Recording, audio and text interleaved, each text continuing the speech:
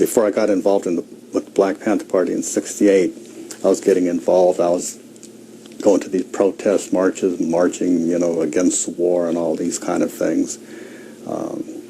But it wasn't until '68, as I was driving past the Arboretum one day with my wife, we happened to look down to the parking lot. We saw this incredible sight. We saw 50 or 60 black brothers and sisters in black leather, black pants, powder blue shirts, and berets marching. Military formation marching, drilling. So we stopped and we got out and we went to watch. And one of the guys that was calling cadence and helping with the drill exercises was Bobby White. Bobby White was a guy that I went to grade school with at Coleman Elementary. We grew up together in the CD. I started talking to Bobby, and he was saying, you've got to start thinking about what's going on and, where you stand on all this stuff. And he says, I've thought about it, and I'm committed to the party. And we talked, and he pretty much convinced me that, he was right, that things were at that point where you really needed to take a strong stand. Now, I guess some people would have thought a strong stand would have been getting involved with the nonviolent way, like Martin Luther King.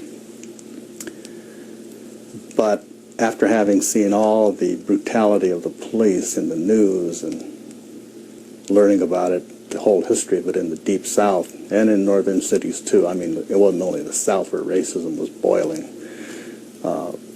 I thought, that peace, love, and brotherhood and all that nonviolent stuff is good for some, but there's going to be some of them boneheads out there, them real knuckleheads who they're not going to listen to the intellectual reasoning and rationality of Martin Luther King. They're still going to think that the only way to deal with other races is through violence, and it's those kind of guys that the movement has to have an answer to. So I always kind of looked at it like the nonviolent movement and the potentially violent movement kind of went hand in hand, the yin and yang of things, you might say, because if the reasoning and peaceful way didn't get you, then you better look out if you're intent on violence, because you're going to be met with some violence. And my head was at that place where I believed that was the right way. So I said, hell yes, I'm going to join up with the brothers and get out there in the street with these guys. That made more sense to me at the time. So in '68, I joined up with the party, and then from there it was just doing whatever Captain Aaron said, or whatever the Central Committee of the Black Panther Party said that we needed to do, which was political education, learning about the where and whys of racism and the history of racism. We had to learn about serving the community, first of all serving the community and being there for the community. And we also had to take a less intellectual approach, and that was like just getting out in the streets and patrolling the central area and being there in the central area as a presence and policing the police. Artist Parker was my section leader, and we used to go around and we used to follow the cops around, and when the cops would stop, we would stop, check them out, get out the guns and just stand there and watch them from a distance, respectful distance, make sure they weren't out there to brutalize somebody. So that's what we did, and we had demonstrations, and we sold newspapers, and we had political education classes up at the church up there at 33rd, and I guess it's 33rd in Columbia, and then we used to have drill practices up at the Madrona Playfield right up there by the Black Panther headquarters, which at that time were at 34th and Union. So in the early days, it was real important to make our presence known and let the black citizens of the city of Seattle know that there was an alternative to just taking it from the system. They could come to us and we would try to do whatever we could do. I wasn't part of the Central Committee, which was the leadership of the party. The Central Committee was Aaron and Elmer and Bobby White, Bobby Harding, Willie Brazier, Nafasi Halley, Kathy Jones. There was definitely a chain of command in the party. I was just a foot soldier. I was just rank and file. I was in no kind of leadership position at all. But what I did was, me and Bobby Harding, usually, we were the ones that instructed all the young brothers and sisters how to march and how to do all those things that you have to do when you're drilling, like all the things you learn in the military.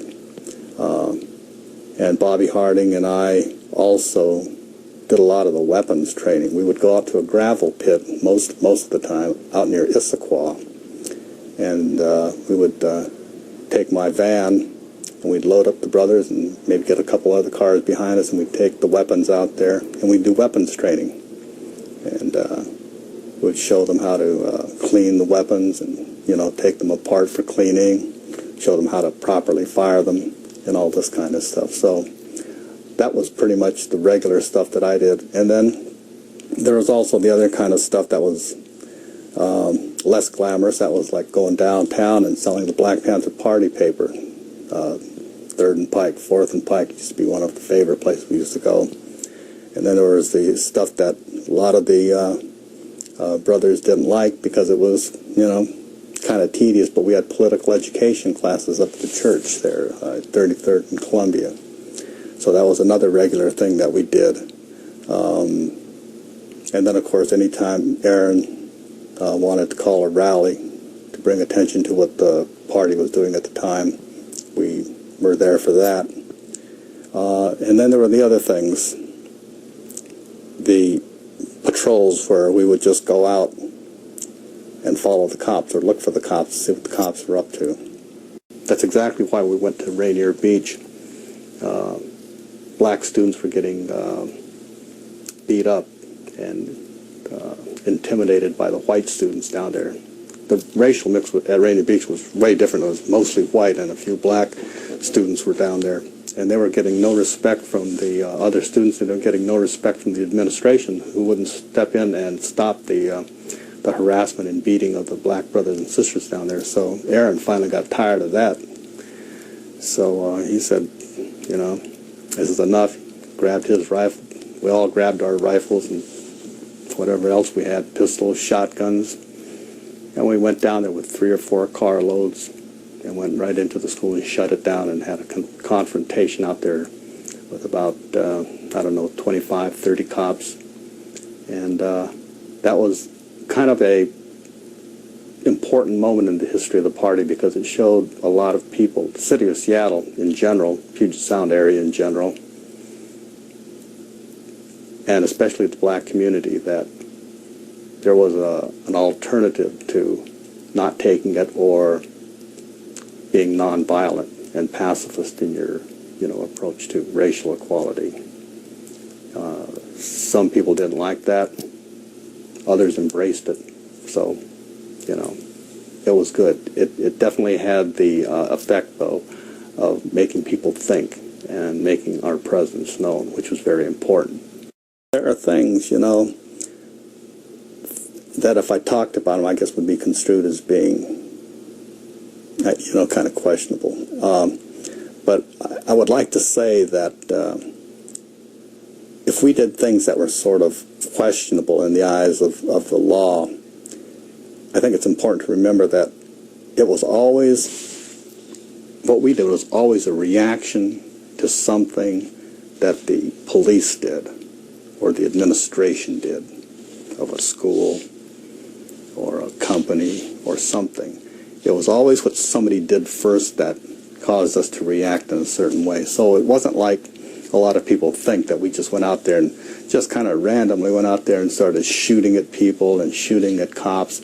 If there was any kind of confrontations, it was always as a reaction to something that was provoking us or provoking somebody in the community. And, like I say, that can get real sticky when you start talking to people about whether it was justified or not. And I mean, people always want to second guess you on that stuff, but we didn't have time to be second guessing anything. We reacted at the time. We didn't have time to analyze things to death. We would analyze the situation to take a proper course of action, but not analyze it to death so we would get paralysis from analysis, none of that kind of business. See, now my wife, she was okay with it. I mean, she was very excited when we saw the brothers and sisters marching down there in the Arboretum that day. And she was all for it because she was just as much of an activist as I was. She was out there in the streets just like me. I didn't even tell my own family, my brothers and my sisters and my mother about it. I thought about it, and I was excited about telling them. Then I thought, this is going to worry them more than anything else. So I decided not to do it. I just hesitated. I always told myself I'd do it one day, but, I was constantly putting it off. And so I just got involved and didn't worry about what anybody else thought if they saw me. If they saw me, that was fine, but I wasn't going to go out of my way to tell anybody or make a big deal out of it. But one day we were down there at Bloomer's Delicatessen, which is at 25th and Cherry, and that was a popular hangout for the students from Garfield. And the Manholt brothers, I believe their name was, they ran that place, Bloomer's Delicatessen, but they were also peddling drugs in there. So Aaron caught wind of that, and Aaron said, they're not going to come into our, neighborhood and start, poisoning our brothers and sisters, especially the students. So Aaron called an action again, and we just all massed on Bloomer's, and we were lined up on both sides of Cherry Street. We were going to shut Bloomer's down. And there were a lot of news cameras and stuff around. And I don't think many of us were paying much attention to that because there were cops around, and there were a couple of guys inside of Bloomer's that were making it very obvious that they had their, firearms and stuff. So, we had that action, and then a few days later, having dinner with my mother-in-law and my wife, and she said, "Say, did I see you on TV the other day?" And I was thinking, TV? I said, "No, I wasn't on TV." So I said, "No, I don't think so." And she said, "You weren't on television or something?" And I said, "No, I don't think so," because I didn't see it, And as it came out, she saw me at that Bloomer's thing, with all the brothers and stuff in the Black Panther gear with the rifle and the shotgun and all this kind of stuff. So, and she was kind of freaked out about that, but she was cool about it. She knew what her daughter was like, and she knew what I was like, and I got to say, for a woman that was living up in Shoreline, she was pretty open-minded about it. She didn't say much about it, but she remained friendly and a great mother-in-law. But she was worried about it. She thought that I was on the road to getting killed by being in the Black Panther Party. I never checked in with them, and I never hung around too much with people in the community. But I knew a lot of them. Everybody knew me. And years later, I found out that a lot of them thought that I must have been crazy. I must have been doing too many drugs, and that I was my brain was gone. They thought that I was. A lot of them thought that I was pretty stupid. A lot of them thought that I was a criminal, a thug, a hoodlum. But just goes to show you, a lot of them didn't know what the Black Panther Party was about. And surprisingly, because they've had the same life experience as me growing up in the CD and being born in the concentration camps, they should have known, But, they didn't, and most people weren't sympathetic. The ones who were okay with it, I guess, were more amused than pissed off, but there were some people that were kind of pissed off about it, They thought that it was, I don't know, maybe dishonorable, embarrassing to the community. But, it was okay. Aki Kurosi, the great Aki Kurosi, who they named the school after. The Kurosi family is a strong family of Japanese, and they were right there in the civil rights things. And they were living up there in the CD. they knew about it. Aki Kurose thought it was pretty cool. In fact, her son Guy was one of the few other Japanese Black Panthers in the entire United States. As far as I know, there were three of us.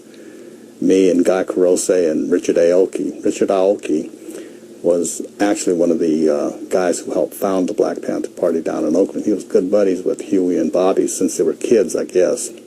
So, he was in on the ground floor. Although you hardly ever hear about Richard Aoki, he was very, very important, very instrumental in the formation of the Black Panther Party.